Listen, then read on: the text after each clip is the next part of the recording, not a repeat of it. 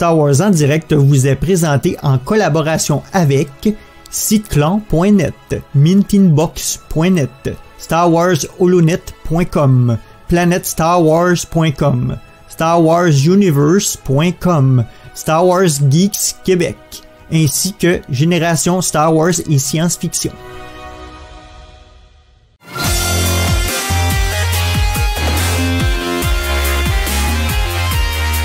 Eh bien, bonsoir et bienvenue à Star Wars en direct, la voix du fandom Star Wars depuis 20 ans. Je suis Sylvain et ce soir je suis accompagné par Aude pour ce nouvel épisode de Star Wars Recap, des épisodes 6, 7, 8, 9 et 10 de la série spin-off à The Clone Wars, The Bad Batch. Bonsoir Aude, ça va ?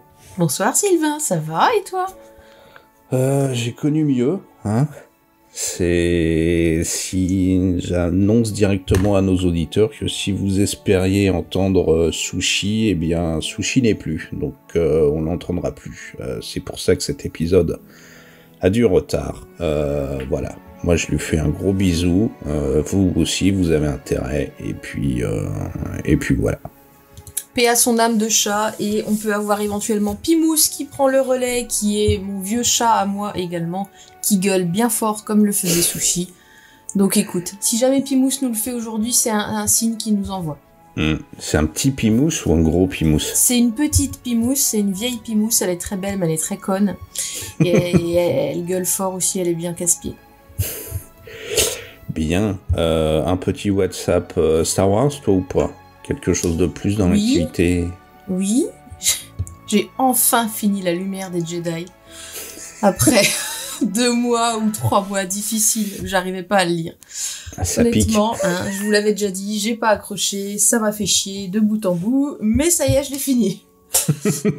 Et j'ai bien entamé, presque fini le comics sur Kanan, qui lui me plaît beaucoup. Et j'ai entamé le roman Battlefront 2 sur l'Escouade Inferno.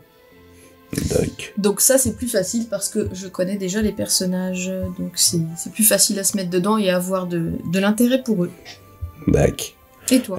Eh ben moi, de mon côté, je continue les Black Series. J'ai reçu celle-là aujourd'hui. Donc c'est, comment il s'appelle déjà ? Carnor Jax, l'un des Red Guard qui vient de l'univers étendu.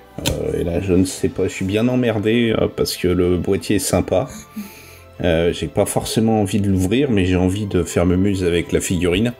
Donc je suis bien kikiné, hein, si vous voyez déjà où je veux en venir. Et puis, un autre Arc Trooper, un autre Black Series, c'est Echo. Ah. Hop, qui a dit bonjour. Bonjour. C'est Echo avant la transformation en T800. Avant sa chirurgie esthétique, un petit peu. C'est ça. Et je suis rassuré parce que j'avais une petite peur parce que c'est une Black Series, mais c'est l'une des collections qu'ils ont sorties là pour fêter les 50 ans de Lucasfilm, qui est écrit là. Mm-hmm. Et j'avais un peu peur parce que ça reprend les anciens boîtiers des figurines Hasbro 3.6. Donc je pensais qu'on allait avoir un visage très cartoonesque. En fait, pas du tout. C'est un visage très réaliste. Donc il ira très bien avec Rex à côté pour l'assemblage. Et puis moi je suis bien embêté parce que ma Hot Toys de Rex, justement, elle est décalée. Elle devait arriver au mois de juillet, et elle est décalée au mois de septembre. Ah, tu m'envoies navré. Ça, c'est chiant. Quand tu parlais des visages, là, c'est une Black Series récemment qui est sortie de Qui-Gon, non ? J'ai pas mal de copains-copines dans la communauté qui s'en sont commandés une. Et tu pars sur l'armoire. Au niveau des visages, c'est vrai qu'elle était bien. On a vu pire, quoi. On a vu des trucs absolument... depuis quelques années, ils ont amélioré les visages. Et ils sont passés à une autre technique qui scanne vraiment les acteurs et les actrices pour refaire leur visage. Et ça, c'est cool. Bien, on a fini nos WhatsApp. Donc, on va bientôt rentrer dans le vif du sujet, hein. Donc on vous rappelle, c'est un épisode récapitulatif des épisodes 6 à 10 de la série The Bad Batch. Et pour ceux qui dorment, la série The Bad Batch est une série spin-off de The Clone Wars et nous y suivons la Clone Force 99, qui sont tout simplement des clones génétiquement modifiés qui ont déserté suite à l'ordre 66 et à la chute de la République. Donc nous allons récapituler et plutôt donner notre avis sur ces 5 épisodes. Donc le premier, l'épisode 6 s'appelle Hors service décommissionned chez nos amis québécois. L'épisode 7, Les traces du passé, qui s'appelle Battle Scars. L'épisode 8, Retrouvailles, Réunion. Qui va à la chasse, Bounty Lost. Et hélas, on l'aurait appelé qui va perdre sa place, mais non, il s'appelle Terrain d'entente, Command Grande. Donc, on va commencer. Un accent magnifique, Sylvain. Laisse-moi le C'est ça, souligner. fous-toi de ma gueule, toi. Non, pas du tout. Bien, on va attaquer ma partie préférée, les récaps à la con. Et un gros bisou à celui à qui avait sur YouTube a dit que c'était une horreur de m'écouter faire mes récaps. J'espère que ce sera encore pire ce coup-ci. C'était pas dit comme ça. C'était pas dit comme ça. Non. Si. Non. Si. C'était mi-sarcastique, mi-affectif, moi je me souviens. Oui, bien sûr. Bien, donc on va attaquer par l'épisode 6, Hors service. C'est un épisode assez rapide. Tout se passe sur Corellia, où la Force 99 est envoyée par Sid dans un complexe de désaffectation. En gros, c'est une usine de recyclage de droïdes pour récupérer les infos qu'il y a dans un droïde tactique. C'est ceux avec le crâne assez plat, qui ressemble à dont la tête ressemble à des paires de binoculaires. Donc la Force 99 va là-bas, chope le droïde, sauf qu'au moment où ils vont piquer le droïde, on a 2 intervenantes qu'on, hélas, on retrouve ici, qui viennent casser les rognons à tout le monde parce qu'elles sont aussi à la recherche des données de ce droïde. Ce sont les sœurs Martez, Trace et Rafa. Oui, les 2 chieuses qu'on avait dans la dernière saison de The Clone Wars, avec dans l'arc Coruscant avec Ahsoka. Donc là, c'est bon, elles sont passées. On a compris, hein, elles sont gentilles, elles bossent aussi pour la Résistance. Pour un groupe de la Résistance. Donc tout le monde essaye de se piquer le droïde, hein, alors que nous on a des clés USB, on peut faire des copier-coller, ça pose aucun problème. Et c'est exactement ce qui se passe dans cet épisode-là, après s'être joyeusement envoyé des fions et des tirs de blaster dans tous les coins. C'est c'est Tech qui fait une copie des données du droïde. Il en garde une copie, il en donne une autre aux sœurs. Pendant ce temps-là, Vrek, qui s'est cogné très très fort la tête contre le mur, a très très mal à la tête et on comprend que la puce qu'il a dans le cerveau, elle ne demande rien d'autre que s'activer. Mais tout finit bien, tout le monde rentre tranquillement, chacun chez soi. Tress et Rafa informent leurs contacts qui portent un joli poncho. Et voilà. J'avais oublié ça. Les petites images de ce magnifique épisode. Hein. Où là, ça bastonne. Et là, ça fait la paix, et ça s'engueule. Et puis là, UKD. Alors, l'épisode 7 maintenant. Battlestar Galactica, Battlescar, les traces du passé. Eh bien là, alors qu'on voyait tous en contact pour les sœurs Martinez là, un type comme Organa. Ouais, Organa, ouais. Pas du tout, en fait. Les plis de tissu qu'on a, c'est ceux du poncho de Rex, hein, et vous voyez que ses cheveux ont toujours pas repoussé. Et donc, il arrive à retrouver les clones dans le bar de Sid. Et puis, ils font copain-copain, ils partagent un café, des croissants. Et là, patatras, Rex apprend qu'en fait, tous ces clones-là ont encore leur puce inhibitrice. Et Rex, il est pas super content parce qu'il a assisté au bazar que c'est. Et donc, il leur propose d'aller visiter la jolie planète de Bracca, qui est un cimetière des vaisseaux Venator et Acclamator utilisés pendant la guerre des clones, et accessoirement la planète de départ du jeu Fallen Order. Et pourquoi qu'ils vont là-dedans ? Eh bien, tout simplement pour aller trouver l'épave d'un Venator et trouver une infirmerie encore en état de marche, et de joyeusement aller tous se faire opérer pour retirer la puce avant qu'il y ait du dégât. Le petit problème, c'est que après avoir fait copain avec certaines des bestioles du coin, eh bien, comment il s'appelle déjà ce gros bourrin ? Breaker, il stresse parce qu'il aime pas les piqûres ni les opérations à cerveau ouvert. Il stresse, qui active la puce. T'imagines le niveau de sécurité du bordel s'il suffit que le clone stresse pour qu'elle s'active. Et en s'activant, il ne pense qu'à dégommer les clones, et surtout, encore une fois, Omega qui était là où il fallait pas, quand il fallait pas.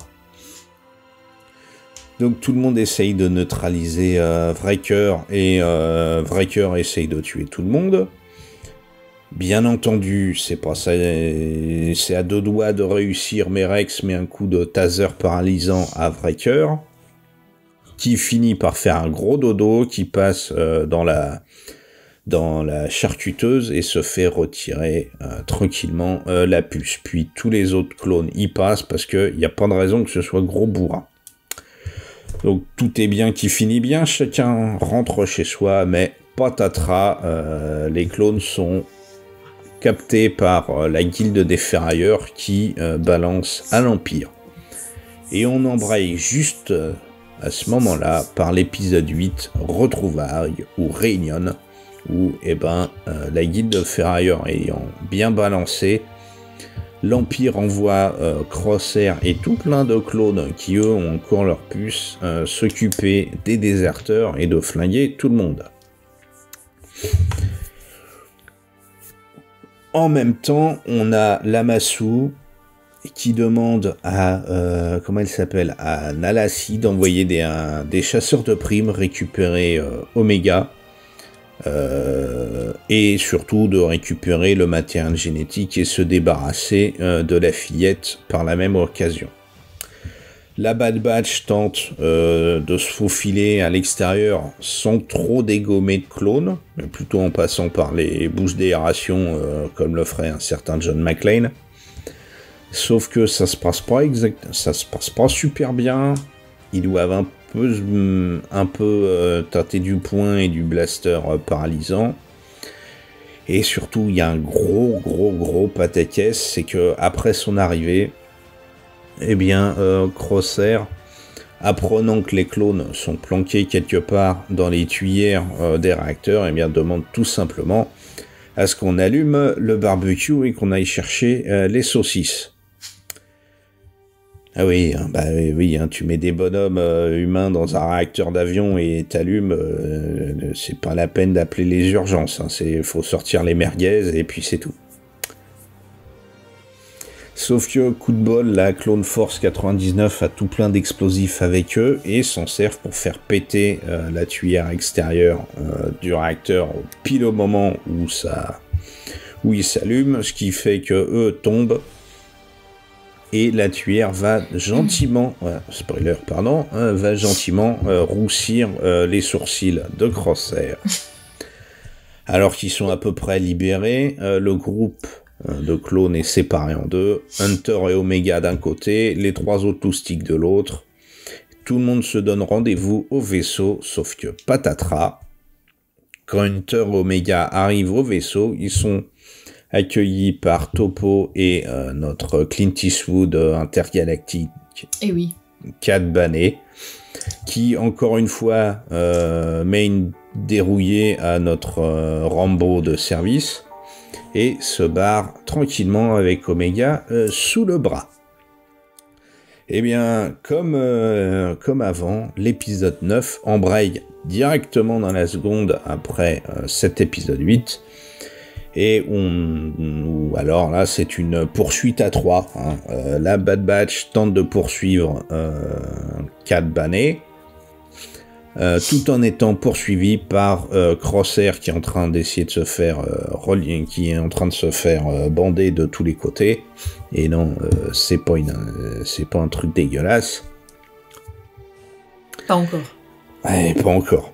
Mais ils sont donc dans sa propre navette pour traquer ses anciens partenaires, pendant que Bane informe tout simplement Lamassu qu'il a la petite et qu'il est temps de le payer. Lamassu lui donne rendez-vous sur une ancienne installation des Kaminoiens à Boravio pour procéder à l'échange entre le pognon et la fillette.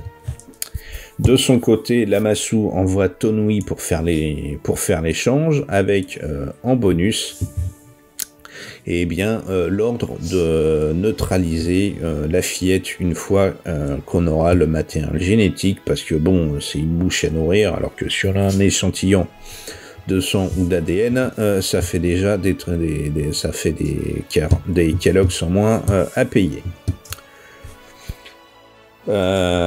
Omega, elle, fait mumuse avec le droïde Topo pour essayer de se barrer de là, et quand elle arrive enfin à se faire ouvrir la cellule, Bane atterrit, et elle prend la poudre d'escampette pendant environ 3,50 m avant d'être rattrapée non pas par Bane, mais tout simplement par Fennec Sand, qui elle a été envoyée par un autre Kaminoïen pour récupérer la fillette. Donc si même les Kaminoïens se mettent à se tirer dans les pattes, on n'est pas arrivé. S'ensuit un joli combat entre Fennec et Bane pour savoir lequel est le meilleur bounty hunter de la galaxie. Échange au cours pendant ce combat, on apprend que tout simplement Fennec a descendu Tonui sur les ordres de son commanditaire à récupérer le pognon, et tient absolument aussi à récupérer la gamine pour la mettre en sécurité. Donc le combat se poursuit, pif paf pouf, ça tire dans tous les coins. La gamine fait la rencontre d'Alien 4 et finit quand les deux meilleurs chasseurs de primes de la galaxie se mettent sur la tronche depuis 20 minutes. Eh bien, elle arrive à trouver une navette de sauvetage et de se barrer avec. Enfin, pour une fois qu'elle a réfléchi. La Bad Batch, coup de bol, arrive pile au bon moment, récupère la gamine, le pognon aussi, je crois. Non, je crois qu'il est tombé, qu'il a été dispersé. Donc ils ont plus de... Enfin, je sais plus. Il est perdu. Et il est perdu pour la cause. Donc, Bane, il l'a dans le nez.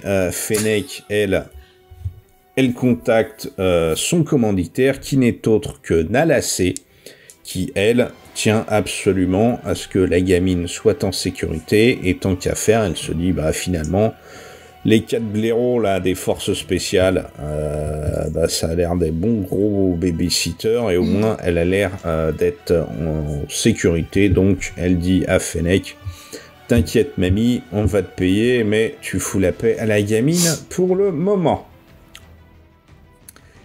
Et on va attaquer le dernier épisode de ce récapitulatif, l'épisode 10, qui se passe en grande partie sur la planète Raxu, qui est une ancienne planète séparatiste dirigée par...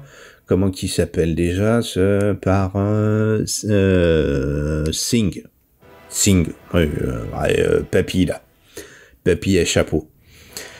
Donc alors que l'Empire veut faire quand même un petit exemple pour cette ancienne planète séparatiste, eh ben, pendant son discours, Singh, lui, il a un peu mauvaise et il amène tous ses partisans et toute la population à se révolter contre l'Empire. Et ce qui fait qu'il finit tout simplement au trou. Mais Papy, il avait un plan de secours. Il demande tout simplement à son droïde de contacter la Bad Batch pour venir à la rescousse. Donc c'est ce que nos jolis troopers font. Et pour une fois, ils sont pas du tout accompagnés d'Omega, puisque Hunter, il se rend compte que prendre une gamine de 10 ans pendant une opération spéciale, c'est pas forcément la meilleure chose à faire pour la durée de vie de la gamine. Elle reste chez Sid. Elle fait légèrement la gueule.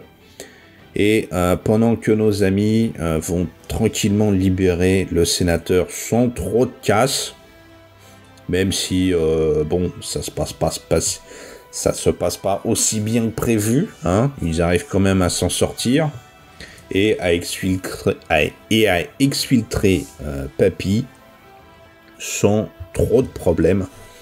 Et Papy décide de quitter la planète pour mener la rébellion de loin et continuer à protéger, à tenter de libérer sa planète et ses habitants du joug impérial.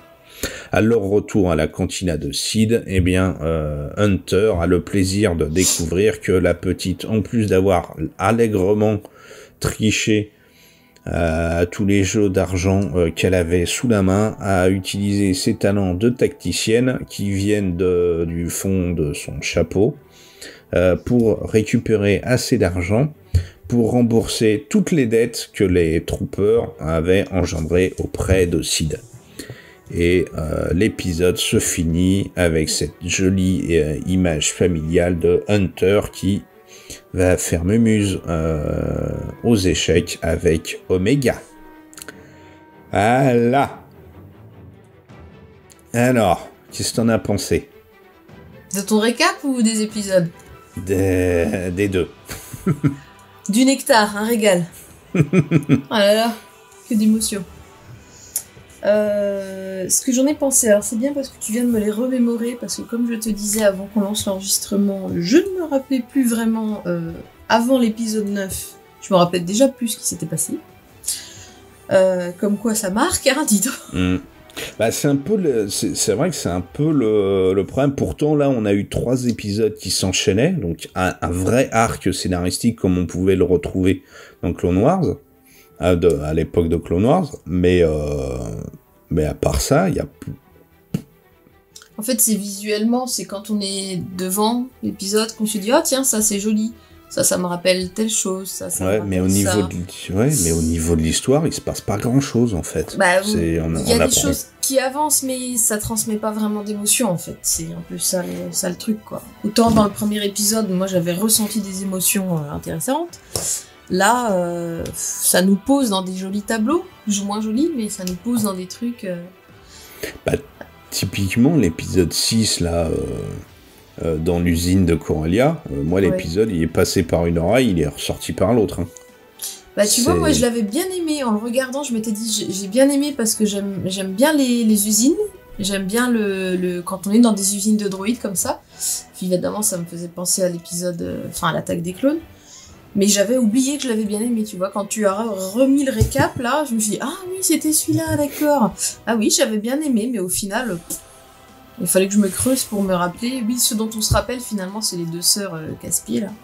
Ouais, les 2 sœurs Martinez et Wrecker qui a mal au crâne. Ouais. Qui commence à avoir ses problèmes, ce qui amène à l'arc de 3 épisodes juste derrière. Ouais. Mais le reste, c'est vrai, à part la petite ambiance usine de droïdes de l'épisode 2, Bon, oui, voilà, les mecs vont chercher la copie du disque dur d'un droïde. Ouais, et ouais, c'est ça, et... Non, c'était visuellement, c'est comme toujours, c'est visuellement et au niveau de l'ambiance, c'est intéressant. Après, ce qui s'y passe, c'est là que c'est niveau enfantin, comme d'habitude. C'est des scénarios simples, faciles à comprendre. Moi, mon fils, il est passionné, il adore regarder ça, il pose des questions pertinentes, mais par rapport à des événements où nous, on voit gros comme une maison ce qui va se passer, quoi. C'est là que je trouve que ça reste vachement enfantin.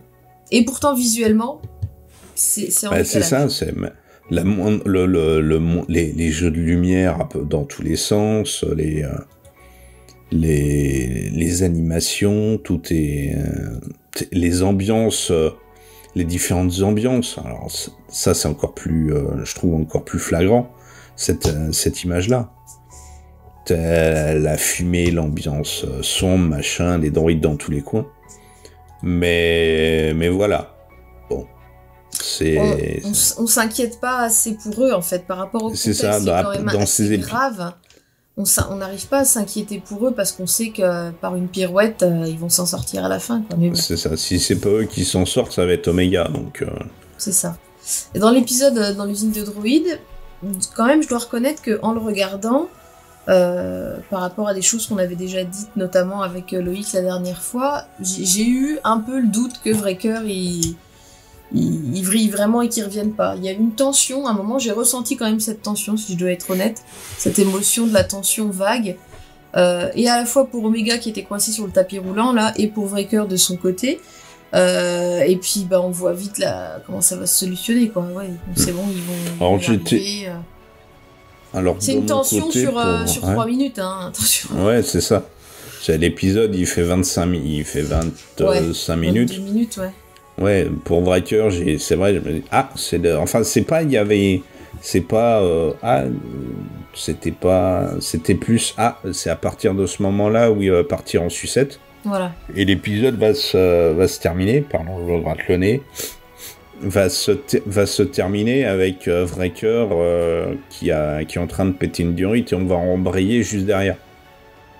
Pour Omega, coincé sur le tapis roulant, bon, ils ont fait le même coup dans Toy Story 3. Exact. Donc, exact. Même ambiance, putain, oui, c'est ça. À quoi ça me faisait penser, voilà, dans Toy Story 3, exactement. Donc, bon, tuer une petite fille en la balançant dans une cuve de métal fondu. Pas. On ne le verra pas, non. À mon avis, faut pas rêver. Donc voilà, sur cet épisode-là, moi, honnêtement, j'ai pas grand-chose à dire. Le petit cliffhanger à la fin de... Qui est le mec dans la toge? Le mec ou la nana dans la toge? Voilà, c'est ça. Ça nous a occupé une semaine, quoi, spéculer sur à qui étaient ces petits plis. Et puis, en plus, mais ce que j'adore, c'est que dans les 2 minutes dès le début du second de l'épisode 7, qui embraye, on a la réponse, on a le truc, et là, voilà, c'est ça. Ça m'éclate parce que c'est vraiment en mode on désactive tout suspense, en fait. Exactement, tout de suite on désactive tout suspense, tout enjeu, toute ambition. Il y a pas d'enjeux qui vont crescendo, c'est des enjeux à hauteur enfantine, en fait. Rex les récupère, enfin les retrouve. J'ai vraiment l'impression que comme en plus les épisodes là s'enchaînent finalement, j'ai l'impression que Rex les retrouve dès que les gars ils ont atterri, ils ont posé le pied, donc juste après l'usine. Les mecs sont pas planqués en fait, c'est ça qui m'éclate. Ils sont recherchés par l'armée impériale, ils ont même pas recoloré, ils ont même pas changé la couleur de leurs armures, quoi. Ouais, c'est vrai. Ils continuent de porter leurs armures. Je sais même pas comment c'est vrai qu'on est en pendant, je sais même pas comment Crosshair les attend pas dans la ruelle à la sortie c'est clair. du bar. C'est clair. Alors par contre, oui, là sur cet épisode 7, il y a vraiment, je trouve, une vraie tension. Il y a toute l'ambiance de la planète avec toutes ces carcasses de vaisseaux. Ça fait plaisir. Ah, par contre, j'ai une question, tiens, là-dessus. Ouais, vas-y. Ça se trouve, on a la même, en fait. Là, en plus, tu mets le visuel. On est d'accord que les vaisseaux, ils sont bouffés par la rouille, là. C'est ça, c'est exactement la même réflexion que j'ai. C'est le Titanic, là, les vaisseaux, après au moins 15 ans à l'air libre. C'est ça, et là, il y en a... c'est pas juste deux, on voit vraiment que toute la planète est recouverte. Les Vénators, ils sont pourris, mais ils sont là depuis combien de temps, techniquement? Ils sont pas là depuis longtemps. La chute de la République, elle est quoi? Allez, quelques mois, à la limite, suivant le... Ah non, pour moi, c'était il y a 15 jours, hein, la chute de la République. Moi aussi, mais après, peut-être que dans la série, à leur échelle, ça avance de semaines en mois, si on veut. C'est ça, alors, peut-être que c'est des vaisseaux qui ont été... Alors, ça pourrait peut-être être des vaisseaux qui ont été endommagés pendant les combats, ce qui pourrait expliquer. Ouais, mais c'est vrai que en fait, le nombre de vaisseaux qu'il y a, leur état de rouille... C'est pas juste de la rouille, on le voit là, on le voit dans cette image là, quand vous avez juste quasiment sous le logo Star Wars en direct, vous avez des morceaux qui manquent carrément du. Donc c'est vrai que l'ambiance est là, mais quand j'ai vu la planète, je me attends, c'est censé se passer quand ce machin là? Ouais, moi et qu'on vienne pas me sortir. Qu'on vienne pas me sortir d'explication de non mais alors c'est parce qu'il y a là une atmosphère corrosive machin. Ouais, d'accord. Leur armure, dans ces cas-là, leur armure et tout l'équipement, il se met à rouiller sur place. Et je vous rappelle que Omega, elle a pas de casque. Elle a pas de casque, ouais. C'est ça. Donc essayer de respirer une atmosphère corrosive, Omega, elle fête pas son prochain anniversaire. Ouais, exactement. Non, on va servir l'excuse qu'en effet, ça sert de cimetière. Et pas que de décharge, ça sert de cimetière depuis longtemps au vaisseau de la République, on va dire ça. Mais hormis ce petit détail, ça fait plaisir d'être dans cette ambiance-là, le clin d'œil au jeu vidéo. Mais j'ai pas ressenti tant que ça une tension, une ambiance, si tu veux, désincarnée et comment dire, sans âme en fait de ce que devrait être un cimetière de vaisseau. Chose que je ressentais, je trouve, vachement dans Fallen Order, dans le jeu, et même dans The Rise of Skywalker. Le peu de temps où Rey, elle est sur le Kefbir, là, il y a une ambiance beaucoup plus crade, humide, triste, qu'il n'y a pas sur ceux-là. En fait, c'est la luminosité. Comme ils sont de jour, je trouve, la luminosité est assez douce. Ça apaise un petit peu ce côté cimetière de vaisseau. C'est vrai que ça annule un peu la tension. Et en fait, la tension, elle revient uniquement quand pourquoi je l'appelle Vrex? Quand Wrecker pète une durite, tout se passe à l'intérieur du vaisseau et qu'il n'y a pas d'éclairage, en fait. Exactement. Et on le voit dans les images qui sont là. La tension, elle est vraiment là parce que, en plus, c'est quasiment la première fois qu'on voit dans la série que le type est capable littéralement de soulever des montagnes. Il les met en miettes, il balance ses frangins et même Omega contre les murs avec une violence. On se rend compte, c'est vraiment la première fois où on se rend compte que Wrecker, c'est une montagne de muscles, c'est un tank sur pattes en fait. Bah, c'est marrant que tu dis ça parce que là on a regardé l'épisode 11 ce soir là avec mon fils. Parce que donc je pensais qu'il allait être intégré dans cette émission, j'avais pas trop suivi. Et à la fin du 11, il a voulu revoir l'épisode 1. Je lui ai dit, mais l'épisode 1, il est long, il dure plus d'1 heure. Il dit, bah c'est pas grave, on met juste le début. Et dans le début, on voit Wrecker justement qui pousse 3 tanks des séparatistes, les tanks des droïdes, et qui les pousse littéralement dans le vide. Donc c'est marrant que tu dises ça parce que en effet à ce moment-là, on avait peut-être pas trop fait gaffe, on se disait peut-être il y a, je sais pas, il y a en du fait, vent. On le voit une ou deux fois comme se battre avec Bébé Rancor, mais on le voit une ou deux fois en fait se taper contre du gros matériel. Ouais, c'est ça. Là, on le voit se battre contre d'autres clones et il les met à l'amende. Il les balance. Il les pulvérise. C'est vraiment un bourrin. Ils ont un mal de chien à l'arrêter. Et ils doivent le paralyser, je crois, plusieurs fois avant littéralement de le bloquer. Et c'est vraiment là où tu te rends compte que totalement libéré et détaché de ses émotions, il serait comme c'est une machine comme à tuer, Crosshair. comme Crosshair, ouais, c'est Comme ça. Crosshair, une machine à tuer impitoyable. Impitoyable, ouais. S'ils avaient des soldats comme ça, c'est clair que là, ils seraient bien armés, quoi, dans l'Empire. C'est ça. S'ils en avaient d'autres modifiés comme ça. Et du coup, très rapidement, après, j'ai pas trop aimé ce moment où ils se font tous enlever leur puce. Très rapidement, c'est dégoupillé cette situation de tension. Bah, en un Hop, épisode, on en parle en plus. fait. On se la... Ouais, voilà. c'est ça. On se lave les mains, retire on en parle plus, petit à petit, tout s'y passe. Et ils se retirent tous, là, ils se font tous retirer la puce. Et au revoir et merci, on passe à la suite. Voilà, exactement. On n'a pas mentionné c'est dans celui-là, le Sarlacc, là, dans la flotte, dans l'épave. Si, il est là. Voilà, c'est ça, c'est bien dans cet épisode-là. Alors, Bon, on sait encore pas trop si c'est un Sarlacc ou si c'est pas Ouais. l'autre bestiole à gneu, là. C'est un dino, kraken, machin. quoi. Ouais, C'est la même bestiole que dans le Seigneur des Anneaux aussi, qui est devant les portes de la Moria. Hein. c'est ça. c'est C'est la le même genre famille, de tout ça. saloperie qui fait que je prends Exactement. jamais de bain, moi. Voilà, c'est ça. Putain. T'imagines, tu trouves ça dans la baignoire, c'est sûr. Ah, c'est foutu, ça. C'est foutu.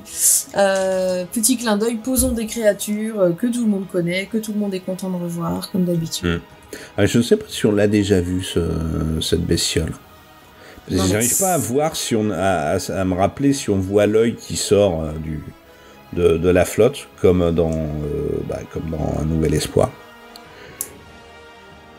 Ouais, mais c'est histoire de mettre un petit antagoniste rapido, un monstre, ça fait flipper les enfants. Un peu. Voilà. Mais bon, non, mais c'est bien placé, c'est... Après, je me rappelle pas grand-chose d'autre, du coup, on sent de cet épisode. Qu'est-ce que j'ai noté pendant que tu refaisais ton récap? Non, c'est tout. C'est tout ce que j'ai noté. Le Sarlacc et Evoker. Bon, on passe directement à la suite. Alors, Allez, réunion, le 8. l'épisode Réunion. 8, réunion, qui s'enchaîne quasi instantanément, qui voit la guilde des ferrailleurs avertir l'Empire, et l'Empire envoie ses Crosshair et tout plein d'autres clones nettoyer la zone. Mais en mode nettoyer, c'est nettoyer. Hein. C'est pas de prisonniers, on veut pas de surveillants, vous nous flinguez, tout ça. C'est clair que quand on voit ton visuel, là, ils sont nombreux. J'avais pas remarqué qu'ils étaient... Ils sont pas mal. Hein. Je crois, et encore, je crois que c'est la première navette. Hein. Je crois qu'il y en a une autre. Il y en a une autre. Oui, il y a 2 vaisseaux à la fin, exact. Il y a 2 escouades, ouais. Et c'est là où aussi on commence à voir que Lamassu, il veut récupérer Omega. Enfin, il veut récupérer l'ADN d'Omega. Omega en elle-même, il s'en tamponne, mais joyeusement, quoi. Oui, on comprend là vraiment qu'en fait, il en a vraiment rien à fuir de la gamine. On se demandait jusque-là... C'était un petit élément un peu mystérieux depuis le début, ça. Un petit fil rouge dans le fond, mystérieux, et là, on a une réponse, ouais. Alors, par contre, là, moi, j'ai bien... Pardon. J'ai bien aimé, moi, justement, cet épisode, parce que je trouve qu'il a une tension constante avec la poursuite entre la Bad Batch et les troupes menées par... c'est quoi, ça? Ah oui, ok. Il lui apprend à monter le truc, là. À démonter les grenades. Il y a vraiment, je trouve, une tension, donc, entre les troupes de l'Empire, enfin, surtout sur la poursuite entre les troupes de l'Empire et la Bad Batch. Cet épisode-là m'a beaucoup plu, par contre. Et puis le fait que la Bad Batch essaye de ne pas tuer les gars. Oui. C'est ça que j'ai remarqué. Même si Wriker les balance dans le vide très très haut et leur balance des grosses caisses de munitions très très lourdes. Sur la tronche. Ça, mais les autres, en fait, ils essayent de ne pas leur tirer dessus et de se barrer, en fait. Ouais. Sans être vus. Alors que Crosshair est un gros malade de psychopathe. Ah oui, enfin, dès le début, en fait, pareil, en revoyant le début de l'épisode 1, là, on se dit, mais dès le début, lui, il est acquis à la cause de l'autre côté, quoi. Les bons soldats obéissent aux ordres, oui, bon, c'est bon. C'est ça. Allez, change de camp tout de suite, et puis... Alors, un truc, content, par contre, c'est le coup dans les moteurs. Je me suis marré, parce que, alors, autant le coup on va tous les faire cramer, ça m'amuse. Mais alors, je sais pas si tu vois la taille de la tuyère, dommage, on n'a pas d'image, mais la taille de la tuyère des Venator, Et t'as l'impression que les gars, que la Bad Batch, là, ils mettent 4 grenades, les unes à côté des autres sur le pourtour, et ça fait tout tomber. Il y a un problème d'échelle parce que c'est... C'est ça. Et là, honnêtement, je me suis bidonné dans cette séquence parce que il leur en faudrait des centaines de grenades là ou d'explosifs pour séparer toute la tuyère. Et comment ils font tout le tour? Comme un hamster avec l'élan. C'est ça, ouais, c'est un hamster. Et puis tout en haut et puis machin. Un gros hamster de l'espace. C'est là, ça m'a fait bien marrer quoi cette séquence là. Mais alors, c'était beau quand même. C'était super beau. Là, il y avait de la tension parce que tu voyais quand même que ça arrivait, le bordel. Mais alors, le coup de cramer les sourcils à Crosshair, franchement, je l'ai pas vu arriver. Les sourcils et les cheveux. Il a plus de cheveux après. Ouais. Et il a une belle grosse balafre sur le côté du visage. Exactement. Comme s'il avait déjà pas assez une sale gueule. Ils te l'ont reméchantisé. C'est ça. Bon, quoique c'est léger, hein. Parce qu'il a quasiment rien hein, dans l'épisode 11 où on le voit sans bandage. À part une petite cicatrice sur la tempe, il a que dalle. Ouais, mais du coup, il a les cheveux tout ras, ça lui donne un côté un peu plus skinhead, tu sais. Il les avait pas très très longs avant, mais il y a... Tu sais, quand tu vois Rex, pour moi, c'est Rex sans sourcil, hein. Ouais, ça fait pas pareil. Je trouve que il est plus clair de peau, il est plus grisonnant. Enfin, il est. Ah bah c'est un nazi. Il est grisâtre. Hein. Oui, bah voilà, c'est ça. À chaque fois, on arrive à le placer ce mot par épisode. À chaque fois, on dit ça. Alors par contre, moi, dans l'épisode, ce qui m'a vraiment énervé et fait sortir de l'épisode, bah c'est retour de Clint Eastwood là. Ah ouais, ça t'a gêné. Ça m'a gavé en fait. Parce que on avait les sœurs Martinez dans l'épisode d'avant. Là, on a Cad. L'épisode d'après, on a Cad et Fennec. Machin. C'est les filonneries qui me J'en étais sûr que gavent. t'allais donner ce mot-là. J'en étais sûr. C'est les filonneries. Moi, ça m'a vraiment fait sortir du... ça m'a fait vraiment sortir de l'épisode. C'était la fin, heureusement. Hein? Ouais. La fin. Mais... et voilà, il nous repop un de ses persos favoris, il nous les remet là. Ah, il aime ça, hein, vraiment. Il aime ça, mais je trouve ça gonflant parce qu'on n'arrête pas de... Enfin, après l'épisode 9, Star Wars nous a dit, allez, la galaxie est vaste, on en a fini avec les Skywalker. Et dans la réalité, qu'est-ce qui se passe? C'est qu'on a un énième reboot des comics Star Wars et on a un énième reboot de la série Dark Vador. Et la série Star Wars, c'est encore sur le Luke, Han et Leia, et maintenant Lando, puisque maintenant elle est déplacée entre l'épisode 5 et l'épisode 6. Le prochain reboot, c'est entre l'épisode 6 et l'épisode 7, hein, je vous l'annonce direct. Ils sont incapables d'aller au-delà, de faire ce qu'ils nous avaient promis. À un moment, tu fais popper n'importe quel autre... chasseur de primes. C'est quoi? Il est où le problème? Oui, surtout qu'ils doivent avoir des créations en stock, hein, des concept art. Ils ont des créations en stock. Ils pourraient même faire un chasseur de primes lambda qui arrive à neutraliser Hunter avec des pièges électriques ou tout ça, et qui, par exemple, se fait bolosser l'épisode d'après avec Fennec. Et là, il nous repop son perso. Alors certains d'entre nous vont dire oui, mais parce que tout est lié. Mais c'est ça le problème, c'est que tout est lié. Tout est toujours lié là-dedans. La galaxie, elle est énorme, et en fait, c'est toujours les mêmes gens. Elle est énorme, en fait, on tourne à 20 persos. Il y a 20 personnes sur lesquelles repose le destin de la galaxie. À l'échelle d'une ville de 5000 habitants, quoi, c'est toujours les mêmes personnes. Non, en fait, c'est un peu plus grand que ça, mais ils sont forts. Ils sont forts pour se retrouver, quoi. C'est du Tinder à l'échelle galactique, quoi. Tu vas forcément trouver ton âme sœur là-dedans. C'est forcément, ça. Ton âme sœur, ce sera ton voisin de droite, en fait. Et ton permis, ce sera ton voisin de gauche. Bah, si ton âme sœur, c'est un alien, tu fais avec, quoi. C'est Thomas qui serait content. Bon, moi, ça m'a pas dérangé à la fin, son arrivée, parce que c'était la fin, et que je comprends que ça t'est sorti, parce qu'on change complètement d'ambiance. On a la musique, on a les plans, on a la construction. Ça passe en ambiance. C'est même pas le changement d'ambiance, c'est vraiment je te fais popper ce personnage-là. Ça aurait été un autre, ça t'aurait pas gêné. l'ambiance Ça western. aurait été un autre, ça m'aurait pas gêné. Qu'ils remettent encore un jeu. Parce que ce que je me rends compte, en fait, surtout, c'est que il y a aucune création originale. C'est pas son but, sûrement. À part le personnage de Fennec et allez, celui d'Omega, ils sont où les personnages inédits qu'on n'avait pas vus avant? Ils vont te dire que c'était pas leur but. Ils vont te dire que le but c'était de développer la Bad Batch existante. Et de la mettre dans un contexte à peu près connu pour ne pas perdre les gens. Sauf que la Bad Batch existante, on l'avait vue uniquement dans 4 épisodes, là c'est la saison d'avant. Donc pour moi ils ont honnêtement, plus ça va et plus je me dis qu'on n'est pas face à un spin-off. On me dit, comme le dit Loïc dans notre trou, on est sur la saison 8 de The Clone Wars. Oui. C'est une exploitation d'un contexte. Ouais, mais ils ne l'ont pas vendu comme ça. C'est ça le problème. C'est pour ça, tu vois, que je n'aime pas le film Mad Max Fury Road. Pas vu. Moi, je te le recommanderais pas parce qu'il y a Mad Max dans le titre. Or, Mad Max, c'est pas le personnage principal. D'accord. Moi, tu me donnes un film. C'est comme si je te faisais un film qui s'appelait Les Dents de la Mer et ce serait l'histoire d'une jeune archéologue au milieu du Sahara qui cherche des tombeaux égyptiens. Et pourquoi tu m'appelles ça Les Dents de la Mer? Ah bah parce qu'elle a un tatouage de requin.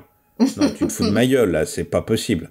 Moi, là, c'est pareil. Je reviendrai un peu plus tard quand on passera sur le prochain récap sur le fameux épisode 11. Mais là, clairement, Filoni s'est payé ma tête avec cette série-là. Il développe rien. On est à l'épisode 9, on n'est pas encore passé sur le 10.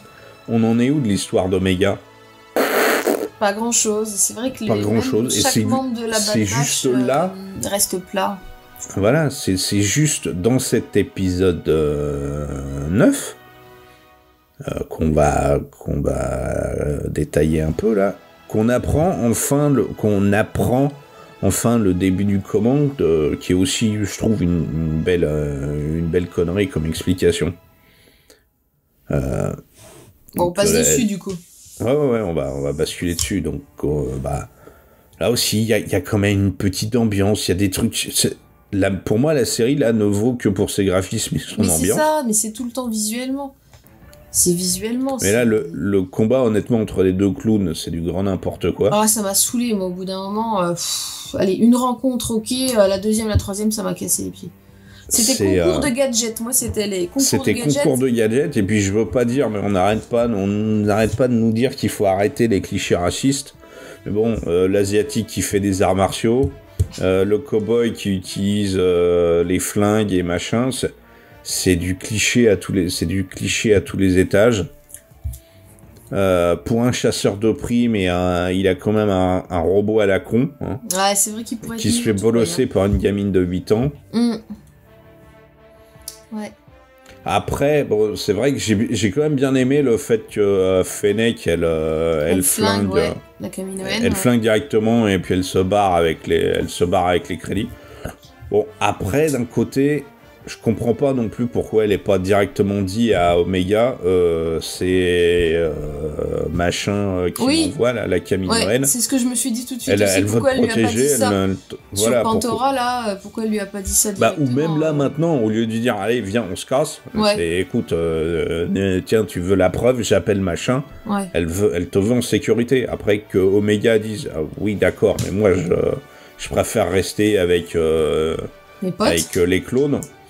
Il n'y a pas de souci. Là, c'est un petit manque de logique. Et puis, je trouve qu'on perd quand même globalement la tension qu'il y avait dans parce qu'à aucun moment, je me suis inquiété pour la Bad Batch ou pour Omega. Même dans la visite musée des horreurs, rien de... C'est-à-dire visuellement, il y a des trucs très positifs et il y a des trucs... La plateforme est cool. L'ambiance, ce mélange entre Kamino et Bespin, je trouve. Ouais, bien sûr. C'est Kamino dans les nuages, là. Est assez cool, mais... En fait, les ambiances, visuellement, tu peux faire des arrêts sur image et t'as l'impression d'être dans un artbook. C'est ça, t'as l'impression c'est d'avoir magnifique. sous les yeux des concept art, voilà, même pas des trucs utilisés, et des trucs où tu rêves devant quand tu feuillettes les beaux livres Star Wars, où on te met vaguement une légende, et ça fait rêver, ça peut être inquiétant, ça peut être apaisant, et t'as ça dans cette série, dans les épisodes à chaque fois, mais comme le fond, le message de fond ou la mission qui se trame en parallèle, elle est toute pétée, ça perd en intensité, c'est dommage en fait. Mais je pense que c'est voulu pour ça, quoi. C'est voulu pour en mettre plein la vue, mais pour que les enfants regardent bien et qu'ils aient pas trop à se prendre le chou, quoi. Et nous, on se prend trop le chou sur ce qu'on n'a pas. C'est ça. Et visuellement, dans cet épisode-là, ah ouais. Tu crois? Qu'est-ce que j'ai noté, moi, dans cet épisode 9? Donc, ouais, la foire aux gadgets, j'avais noté entre Cad Bane et Shand. J'en ai eu marre qu'ils se lancent des trucs, lance-flammes et tout, triple attaque. Je m'attendais à ce qu'elle sorte une bombe lacrymo à un moment, tu sais, comme ça. Ah, merde, je l'avais pas vu venir, celle-là, exactement. C'est ça. Des visuels sur les vaisseaux sublimes, j'ai marqué. Alors je me rappelle déjà plus, mais du coup quel vaisseau? Ça doit être les vaisseaux, soit son vaisseau à lui, à Cad Bane quand ils arrivent, ou peut-être même un peu le vaisseau de la Bad Batch. Je sais plus ce que j'ai noté, mais dans ce décor de nuages, j'ai dû noter un truc comme ça, et c'est vrai que c'est joli, quoi. Les cuves vertes là, avec le slime là où elle est devant la gamine. Ça avait un petit côté sympa qui rappelait d'autres moments dans les cuves, évidemment, dans l'Ascension Skywalker notamment, ou dans la saison 2 du Mandalorian, ou dans Alien 4, comme tu veux. Les bocaux à cornichons où il y avait Snoke, évidemment. C'est ça. Bah alors là, malgré ce que certaines théories disent, il y a pas de Snoke.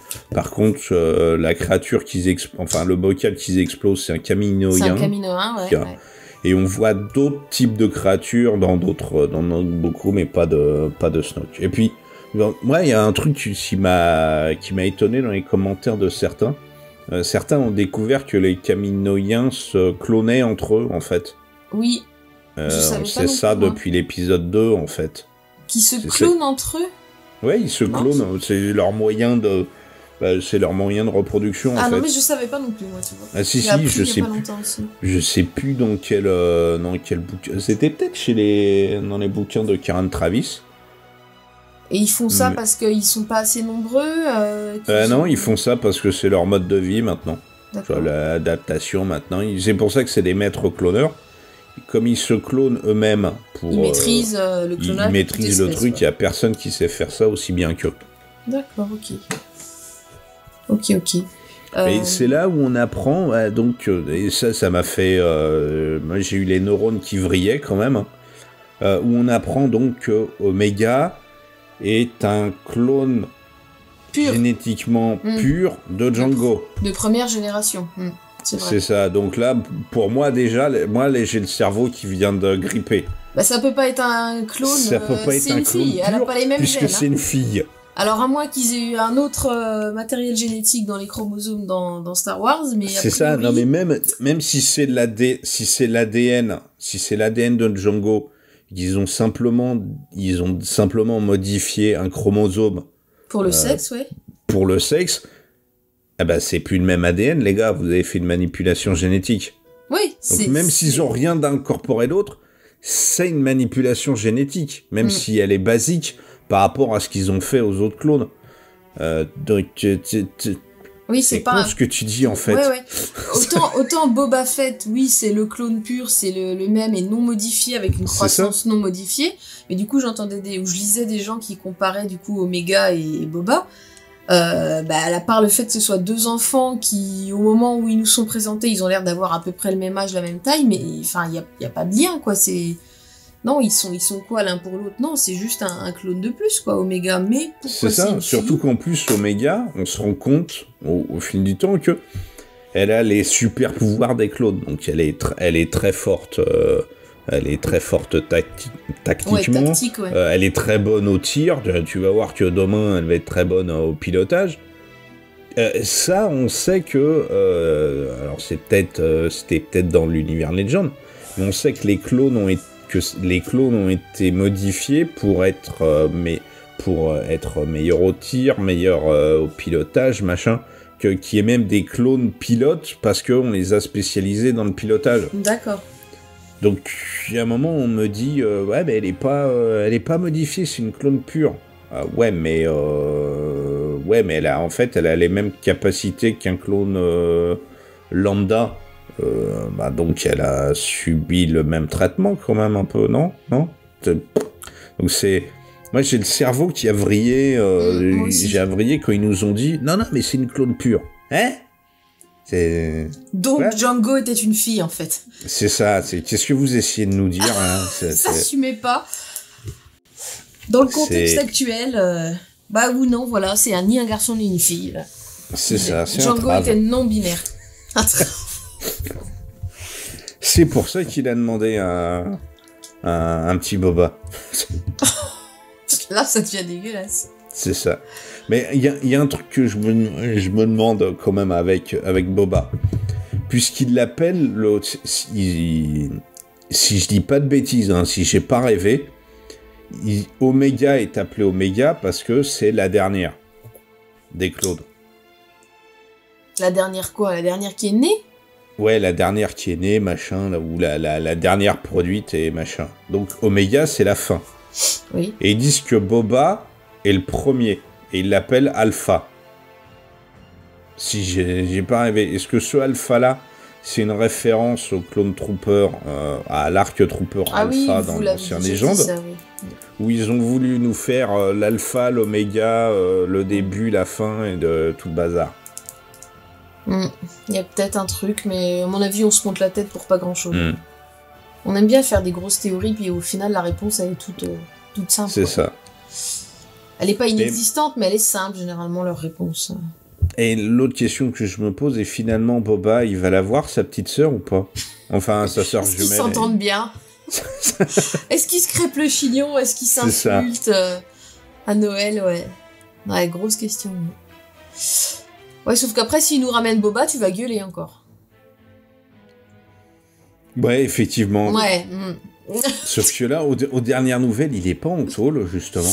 Ah, je sais plus où il a lu à ce moment-là. Je sais plus où est-ce qu'on l'avait quitté. On l'a laissé avec les pirates, non? Dans The Clone Wars. Ouais, je sais plus non plus, ça date.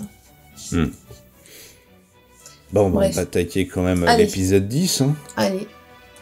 Donc là, le dernier du coin, sur la planète, l'ancienne planète séparatiste.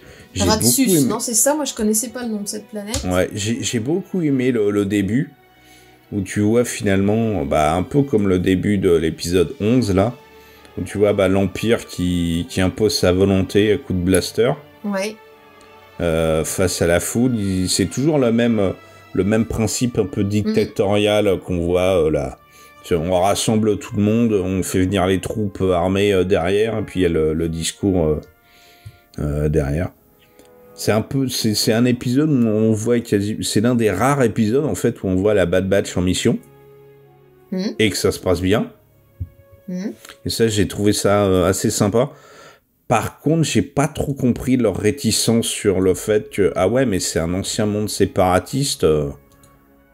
Les gars, à ce moment-là, il y a plus de république, il y a plus de séparatistes, il y a plus qu'un empire. Donc j'ai pas trop capté leur réflexion, leur comment ça s'appelle, leur étonnement, comme on l'avait dit dans le dernier épisode, c'est que il faut penser en termes de pour les clones, le fait qu'ils soient paumés, quoi, qu'ils soient eux en particulier la Clone Force 99, mais qu'ils soient paumés dans leurs repères. Nous, on bossait pour la République c'est les gentils. Tous les autres, c'est des méchants. Maintenant, la République devient l'Empire. Sauf qu'on voit bien que cet Empire-là, eux, comme ils ont un peu de libre arbitre, ils voient bien que cet Empire-là, il est plus gentil. Du coup, les amis de mes amis sont mes amis, les ennemis sont mes ennemis. Enfin, tu vois ce que je veux dire? Je pense qu'ils sont toujours un peu paumés là-dedans. Peut-être aussi par rapport à certaines figures qu'ils ont pu combattre. Il y avait la même chose dans le comics sur Kanan que je suis en train de lire, où Kanan rencontre des gens à des moments qui ont fait partie des séparatistes et qui l'a officiellement combattu ou lui directement, mais sinon plus particulièrement la République et les Jedi dont il faisait partie, et où il se pose cette question de dire mais attends, avant on s'est battu l'un contre l'autre, et là t'as le séparatiste qui lui dit un truc du genre bah ouais, mais est-ce que t'étais dans le bon camp à ce moment-là? Mais les cartes ont été redistribuées aussi, donc arrête de te prendre le chou. Si là t'as confiance en moi ou si tu sens que la chose est juste à faire, bah on s'entraide, on se défend ou quoi, ok. J'ai pas trop senti moi ce que tu dis là dans cet épisode, parce que tu vois bien que le gouverneur là de la planète, ils le font passer pour un gentil papy en plus. Le mec il est habillé comme Casse-Noisette quoi dans le palais de Tchaïkovski. C'est tout de suite ce que je me suis dit, c'est qui ce Casse-Noisette là? Il est mignon, il a des grosses rouflaquettes et tout, on voit bien qu'il a l'air mignon quoi. En plus il a tout de suite un cas de conscience, ça j'ai bien aimé. Avec d'un côté la petite officier impériale là qui lui dit si allez, vous savez ce qui est bon, il faut s'y plier, vous savez que c'est le mieux pour votre planète, et lui qui dit oui. Et puis en fait non, c'est plus fort que lui. J'ai trouvé ça beau, genre un peu un symbole de liberté à la Braveheart là. Je me suis dit il va crier liberté là, il va leur montrer son cul. Et il va se faire découper, il va se faire découper. Franchement, voilà, moi je m'attendais quand même à une petite exécution pour l'exemple, et non. Et ce débat intérieur au sein des gouverneurs, des gens qui ont le pouvoir, un peu comme dans l'épisode 11 au final, ça c'est intéressant et c'est quelque chose que, pour le coup, qui est pas spécialement destiné aux enfants, qui est un petit peu trop compliqué à comprendre pour eux, mais ça fait toujours un clin d'œil sur les dictatures de l'histoire qu'on a pu connaître, ou enfin, dont on se souvient. Ça, c'était intéressant. Après, toute la mission commando pour aller le chercher, moi, ça m'a pas spécialement passionné, sincèrement. Qu'est-ce que j'ai noté dans cet épisode ? Oui, alors j'ai noté un truc que tu as déjà dit l'épisode d'avant, mais que j'avais pas remarqué. C'est qu'en effet, on s'est fait la remarque avec mon fils la Bad Batch utilise des armes non létales contre les autres clones. Donc en effet, dans le but de ne pas les tuer ou de minimiser les dégâts.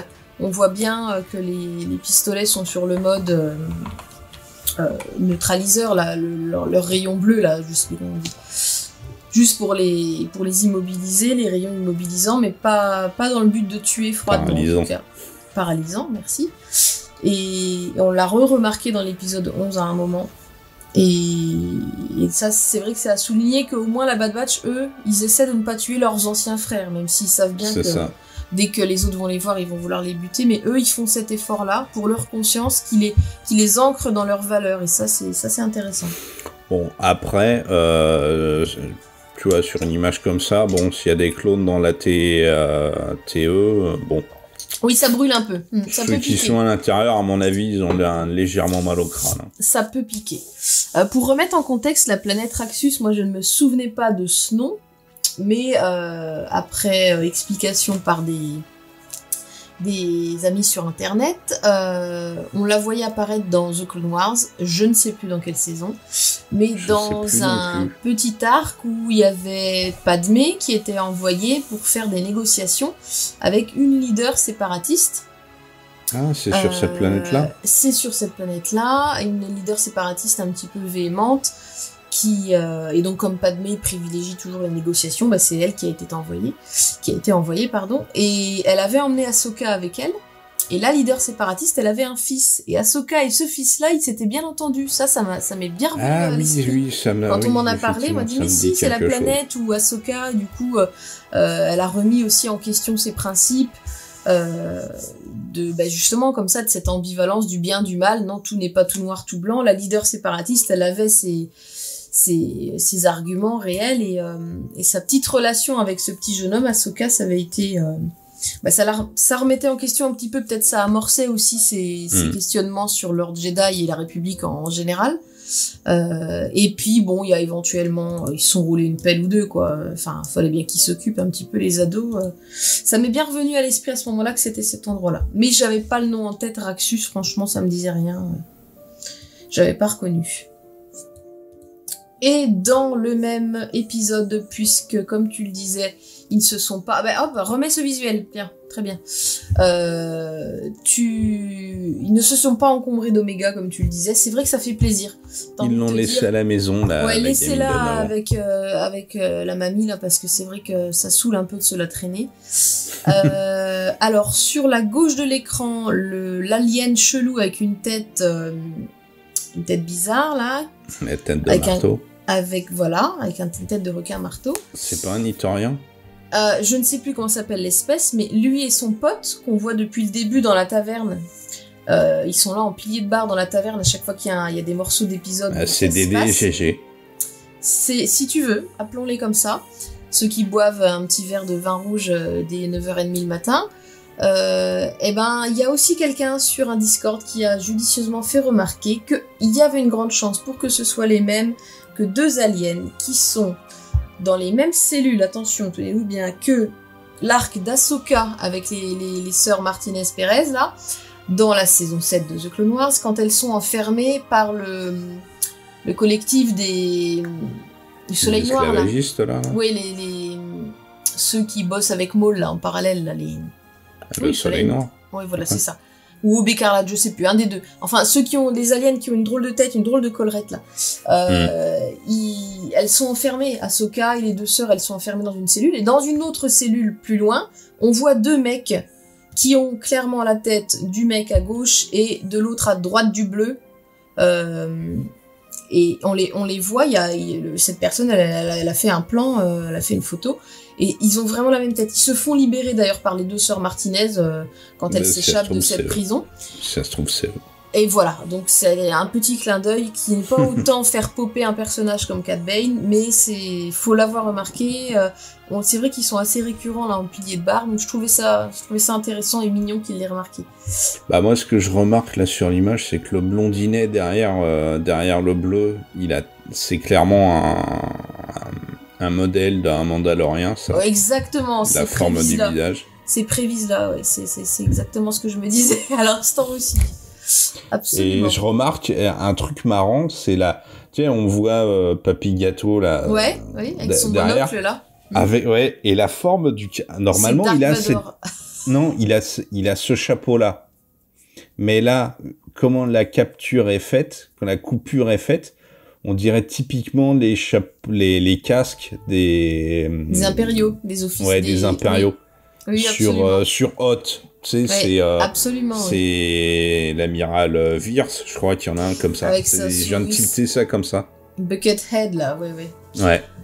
Exactement, oui. C'est marrant de s'arrêter sur ça.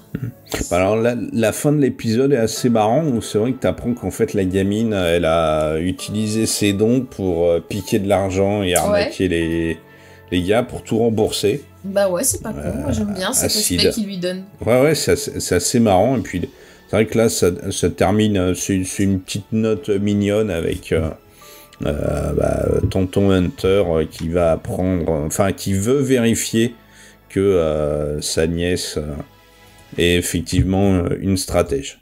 Exactement. J'avais trouvé dans l'épisode précédent, sur un plan, quand Omega elle s'échappe là, pendant que Cad Bane et Fennec Shand se la collent là, elle s'échappe là dans une capsule, il y avait un plan sur son visage où j'ai trouvé qu'elle était changée physiquement. D'un coup, sur le plan, j'ai trouvé que ça lui donnait un visage un peu plus adolescent par rapport au visage enfantin qu'elle avait avant. Mais je me suis fait cette réflexion, juste sur ce plan-là. Après, à d'autres moments, dans la suite de l'épisode ou dans l'épisode d'après, je me suis dit, oh non, c'était une idée que je m'étais faite. Mais à la fin de l'épisode 10, quand tu la vois du coup en stratège sur son jeu d'échecs, là, de Dejarik, et je trouve qu'elle récupère cette tête un petit peu plus mature. Ce qui me fait dire aussi que tu vois la timeline, elle est pas forcément sur 15 jours comme on en a l'impression, mais peut-être qu'il y a quelques semaines, quelques mois qui passent, et que déjà elle grandit, et que dès le début on sait pas quel âge elle a, mais si c'est une gamine qui a genre 12 ans, ça change vite les gosses à ce moment-là. Elle s'endurcit au contact de la Bad Batch, puis au contact de Sid, des pirates, des alcoolos de la taverne là. Et je pense qu'ils vont la faire évoluer légèrement, comme ils avaient fait avec Ahsoka, alors peut-être d'une saison à l'autre si on en a d'autres, mais il y a des plans où je trouve que volontairement... Je suis pas sûr qu'on ait d'autres saisons. Oui, c'est vrai qu'à chaque fois on met ça sur le tapis, mais non, peut-être pas. J'ai pas vu d'infos, à moins qu'on ait loupé un truc, mais j'ai pas vu d'infos. Non, c'est vrai, moi non plus. Mais cette possibilité d'évolution, comme c'est une enfant, ça peut être juste des petits éléments physiques, comme le moment où ils lui ont enlevé son truc, là, son serre-tête, là, son diadème. À partir de là, déjà, sa coiffure a changé. Et il y a des moments là où dans une image que tu avais mise là, où on la voyait, son regard, voilà, ça, je trouve que c'est intéressant, ça lui donne un petit peu de corps et d'intensité.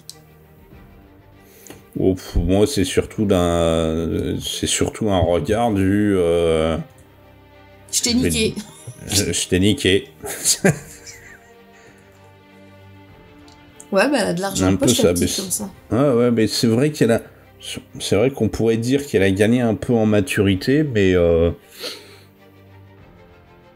Bah déjà, elle a pas fait une crise pour aller à tonton. Elle a accepté. Si. Bah si, quand même, au début, elle est pas contente. Ah, moi j'ai cru qu'elle allait se barrer, je me suis dit encore, oh putain, elle va se barrer, elle va encore s'attirer des ennuis, elle va me saouler. Mais non, déjà elle est restée avec Mémé. Ça c'est bien. Tu vois, elle a pris sur elle. Elle a joué aux échecs, elle s'est fait du pognon. C'est ça. T'imagines la morale qu'on te dit, allez gamin, va au casino, va gagner du pognon. Oui, mais tu restes en sécurité, tu fais pas chier. Tu joues à des jeux en ligne, à des jeux d'argent en ligne. C'est ça. Et donc, allez, pour finir, parce qu'on est là à quasiment 1h15, qu'est-ce que t'en as pensé, toi, par rapport aux 5 premiers épisodes, qu'est-ce que t'en as pensé quasiment de ce deuxième tiers? Bah, je trouve que ça avance un petit peu quand même plus sur l'intrigue, finalement. Hein, c'est quoi l'intrigue de départ? Ils sont poursuivis, donc ça peut aller loin. Jusqu'au moment où on les attrape. Comme on sait pas trop identifier l'intrigue de départ, là, il y a une intrigue sûre, c'est que ils veulent récupérer Omega, ils sont pas les seuls, et a priori, pour des raisons de clonage. Voilà. Bon, bah, c'est pas que c'est pas intéressant, parce que c'est intriguant, mais c'est long, quoi. Au final, tu vois intervenir plein de gens, mais ça ne reste que sur elle, finalement. Ils servent à rien, ils servent pas à grand chose, quoi, les autres autour. Ils font contexte. J'ai un peu le même ressenti. Au final, on a ce petit fil rouge Omega et son ADN. Exact, voilà. Et pas grand chose d'autre autour. Parce que même le fait que la Bad Batch soit poursuivie par Crosshair ou par l'Empire en plus général, au final, l'Empire, de toute façon... On le ressent pas.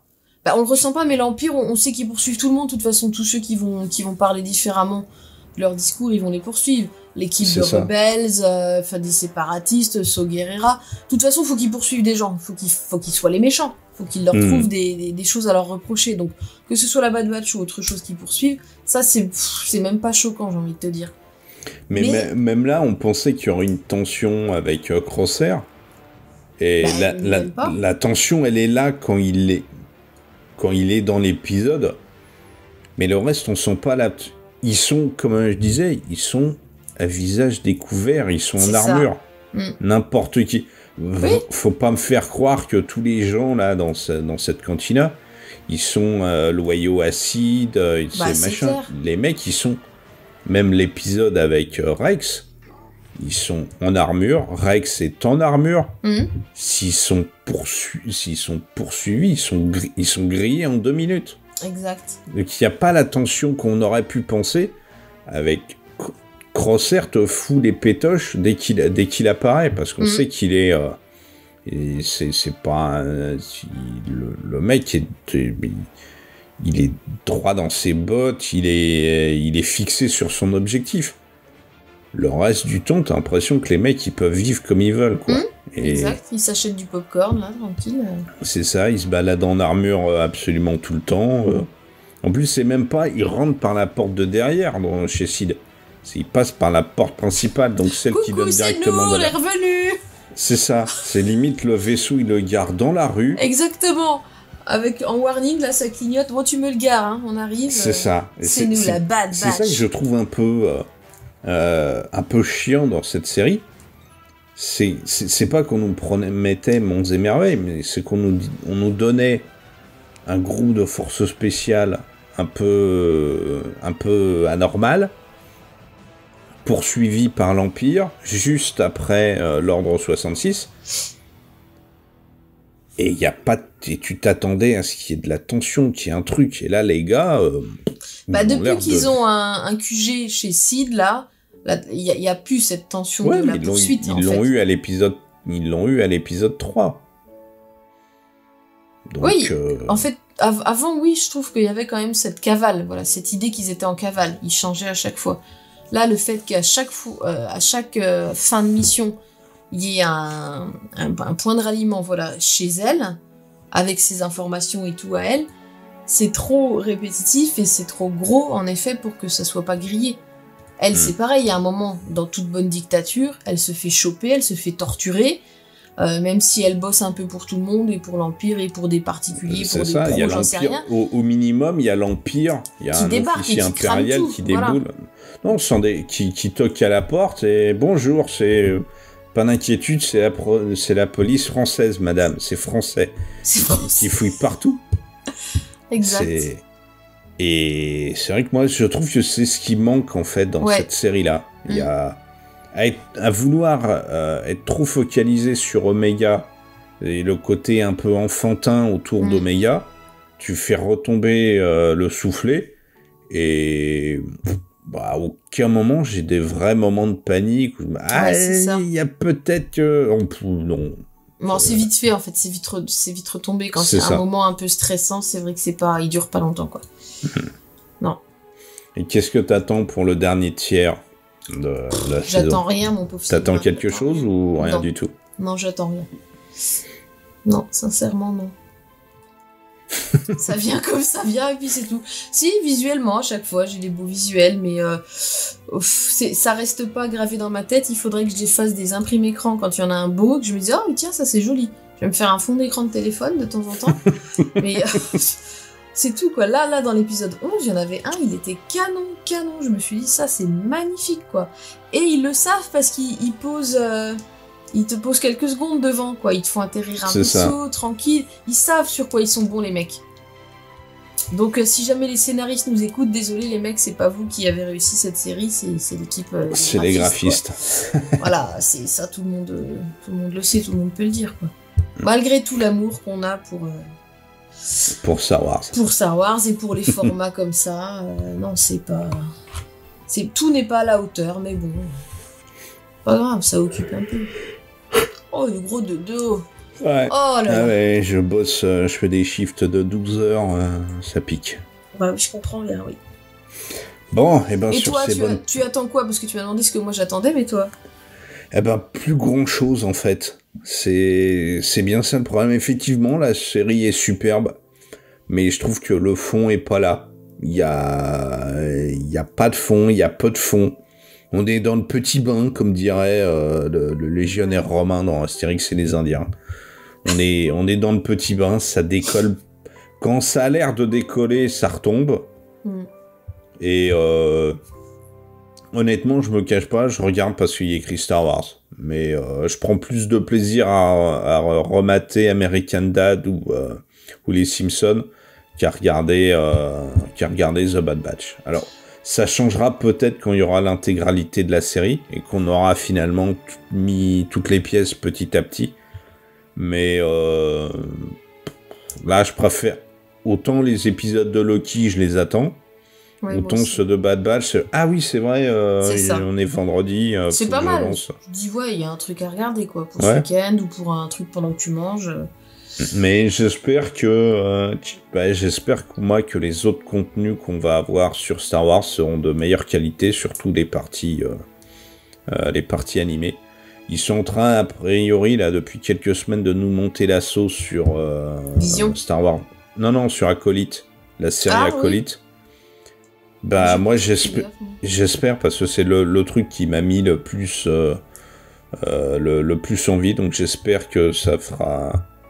J'espère que je serai content de ça, parce que là, The Bad Batch, pour le moment, ça me touche ça rentre par une oreille, ça ressort par l'autre, et puis basta.